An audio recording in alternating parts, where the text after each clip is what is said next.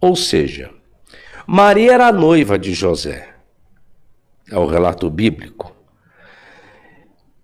E se ela apareceu grávida, existe um peso muito grande dentro da lei, que aí nesse caso ela teria que ser apedrejada. Aí vem a pergunta.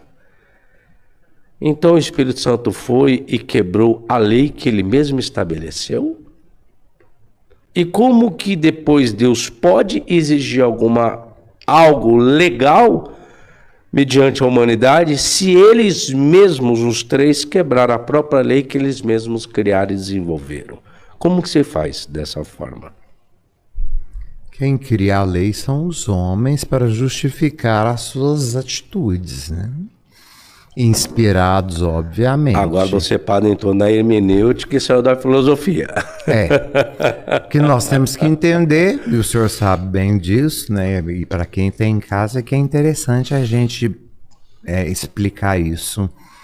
Quando nós falamos, né, que a lei é criada por Deus, nós estamos atribuindo este poder humano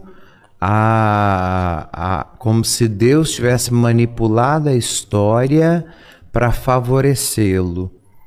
E nós precisamos entender que o código que é criado pelos homens, ele é um código muito mais constitucional e civil do que um código divino, porque ele precisa de trazer luz para esse povo que estava se formando no deserto. Então, tanto a primeira lei quanto a segunda lei, o Deuteronômio, vão nos trazer claridade sobre aquilo que as tribos precisavam manter como verdade para que sobrevivessem unidas numa terra nova. Eles vão entrar numa terra nova, que eles vão chamar de prometida, e era preciso ter uma lei comum a todos eles. Então cria-se aos pés do Sinai a primeira lei, e depois do exílio da Babilônia isso tudo vai ser ressignificado, né? E ali vai surgir então essa ideia que pode beirar a ideia da divindade politeísta, porque todas as comunidades até então eram politeístas e, curiosamente, baseada em 3 divindades, né? Desde o Egito até a Nova Canaã, o Israel pós-exílico.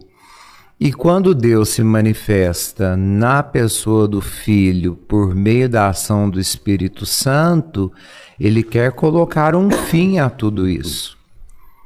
Ele vai dizer que o Pai, o Filho e o Espírito são um só, justamente porque o homem está buscando muitas explicações. Falta para o homem tem lacunas a serem preenchidas que a fé não conseguiu tocar.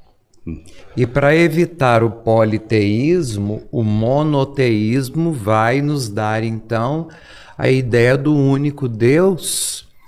Só que o cristianismo desdobra esse único Deus em ações. João vai dizer na sua carta que Deus é a experiência do amor.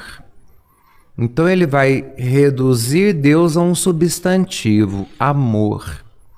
E nós sabemos que no grego existem palavras diferentes para designar o que é Deus. Então, quando João nos diz Deus é amor, ele está dizendo não o substantivo que recebe a ação. Ele está dizendo que Deus é um verbo, é amar. É a atitude de levantar-se do seu lugar e ir ao encontro do outro para fazer com que o amor aconteça. Então, Deus não pode ser visto como substantivo, né? O grego vai deixar isso muito claro para a gente. Então, Deus é amor, mas a partir do momento em que você ama, Portanto, Deus é verbo, Deus é amar. Então, a manifestação de Deus se dá naquilo que nós fazemos quando nós imitamos o Cristo, que diz: eu vos dou um novo mandamento, amai-vos uns aos outros como eu vos amei. Então aqui nasce o mandamento do amor como a justificativa para chegar a Deus, que é Pai, por meio do Filho. Só que só se pode amar aquele que está pleno do Espírito Santo. Só pode fazer as obras do Cristo aquele que está pleno do Espírito. Por isso que ele diz: e farão obras maiores. Por quê? Porque conheceram a essência de Deus, que é o amor. Então, a partir dali, você vai realizar coisas maiores.